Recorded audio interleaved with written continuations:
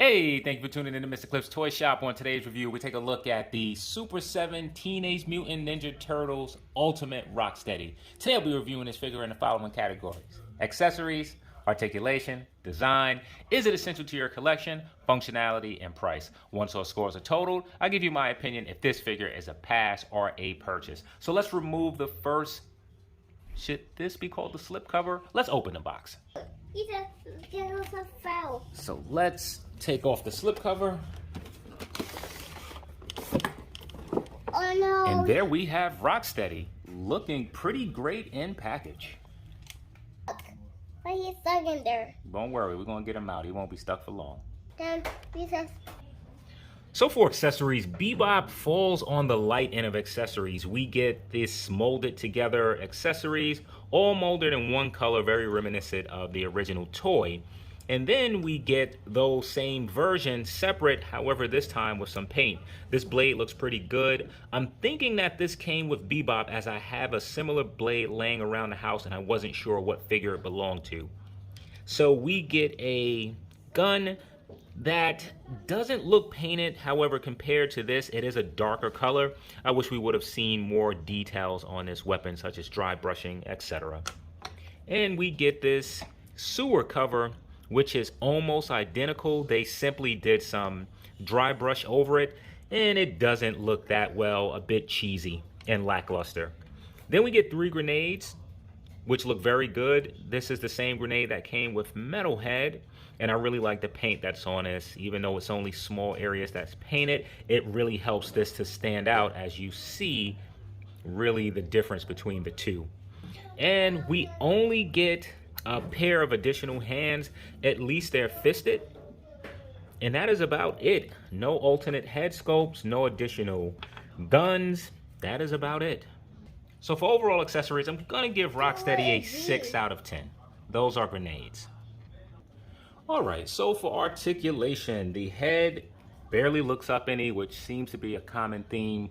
Looks down barely any. It does rotate. You have some pivot. dude. So with the arm, Dude, yes. Can he eat this? No, he don't eat that. The arm is able to go out only that much. It is able to rotate a full 360. It is pretty tight. Dude. No upper bicep cut. You do have rotation under or at the elbow. Next point of rotation is at the wrist. Can you wait? You're gonna knock the whole camera over. So with the torso, this seems to be a common thing also. No movement within the torso, and I don't understand why here. If they weren't going to have that, they should have had a dumbbell down by the waist so at least he can rotate. So you do have rotation at the waist. The leg kicks all the way out to the side, forward that much, backwards that much. You do get some upper rotation. Next point of rotation is all the way down at the boot. So with the boot, wow, it's no, okay, no, that's not true. So again, it's super tight.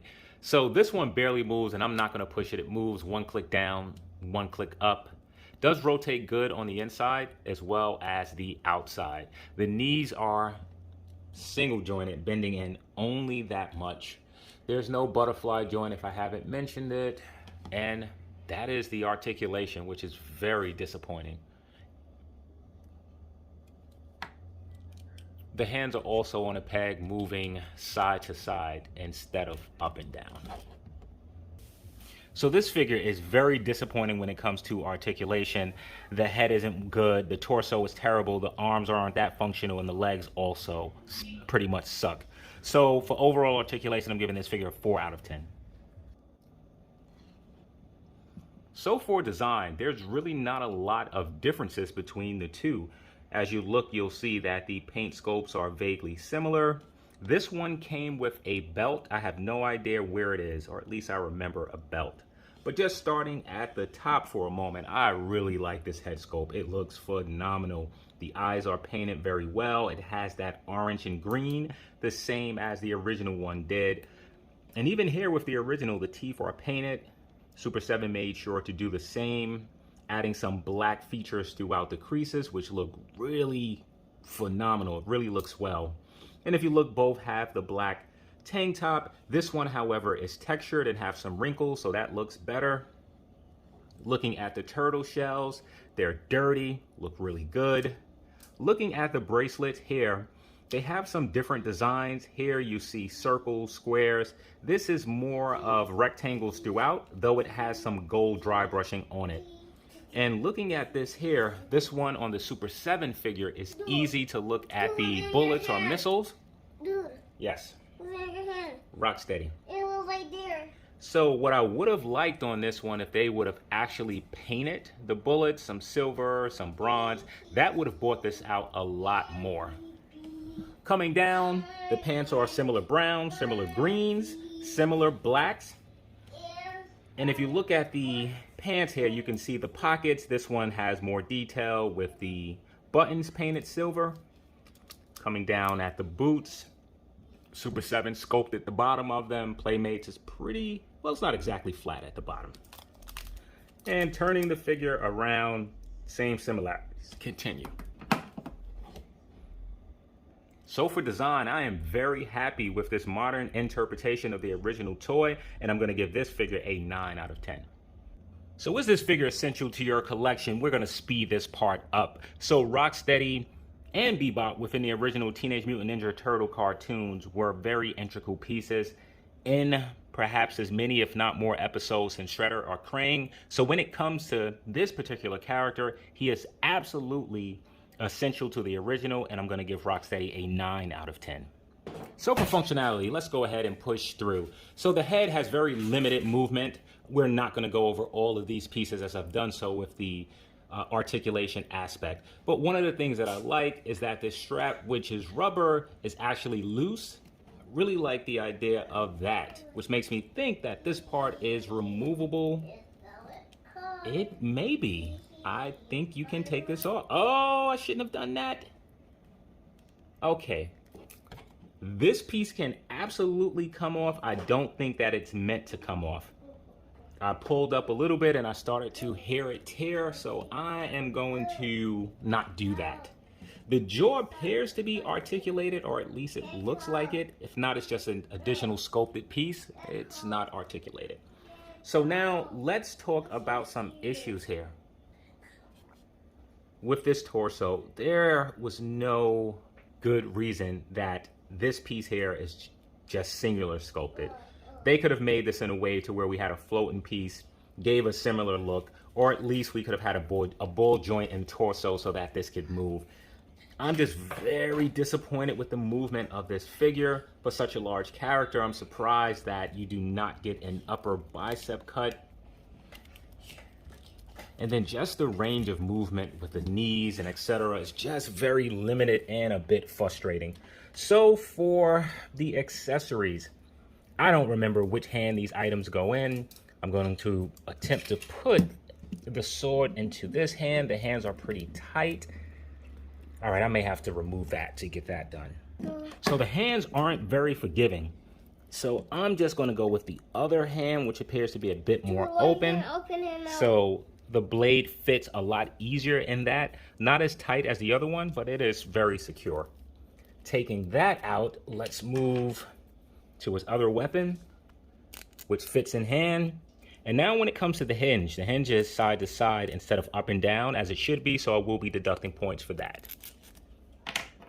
Now we have this, and to my surprise, it's not open on any end, it's closed. And I don't think this is going to be the best fit. So the way that I was able to get this on was actually to push it on the thumb itself. Once I got it through the groove, I just maneuvered it so that the hand can hold it. So with the grenades, you can simply, well, the wrong word was simply, but you can push them in and he can sort of hold it like this in each of the hands. Not ideal, but it does work. Now to remove these hands, simply pull here. They come off a bit too easy and the pegs are too thin. Not as thin as the turtles, but I would like for this to be a lot thicker. The hand fits in very easy, really no friction. I'm just not a fan of how easily they come loose. So let's put this hand back on. So for the stand test, The figure does stand not that easy, as you just saw. The legs sort of are a bit loose, which is just a common theme here. It is very frustrating. So for functionality, the hands are interchangeable pretty easy, even though you only have a pair to worry about. The weapons work within one hand. The other hand is way too hard. It is just very rigid. And just like Metalhead, he does not hold the grenades well. The other issue is that there are no storage points for any of these weapons. And the body just seems very antiquated. So for functionality, I'm going to give this figure a 4 out of 10. So for pricing, I don't remember if I purchased this figure for $45 or if I got it when Super 7 made the price increase, which was $55. If you want to blame me for that, that's fine. I ordered this figure over a year ago, if I'm correct. You forget things. So for the sake of the video, we'll go with a $45 price point. You add in taxes, you add in shipping, you're looking at about $5. So let's just round this to $50.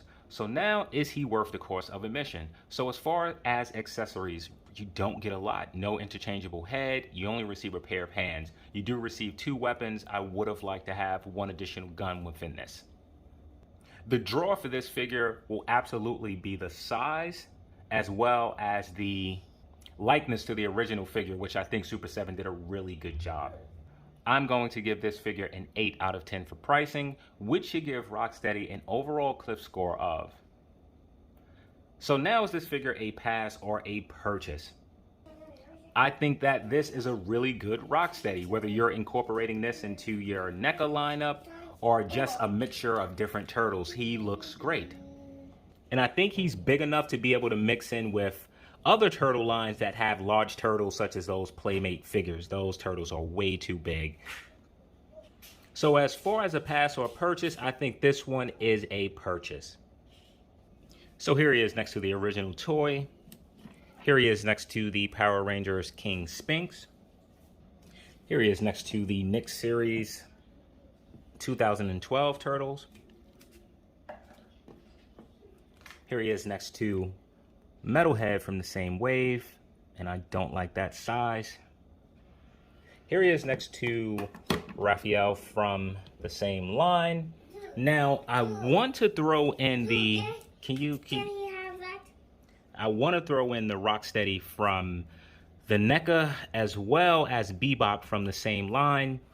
At the time of this video, I'm unable to get my hands on both of them. If I'm able to get it before I post this video, I will show them. If not, don't worry. By the time I'm finished with this set of 4, I will find a way to incorporate some additional sizes.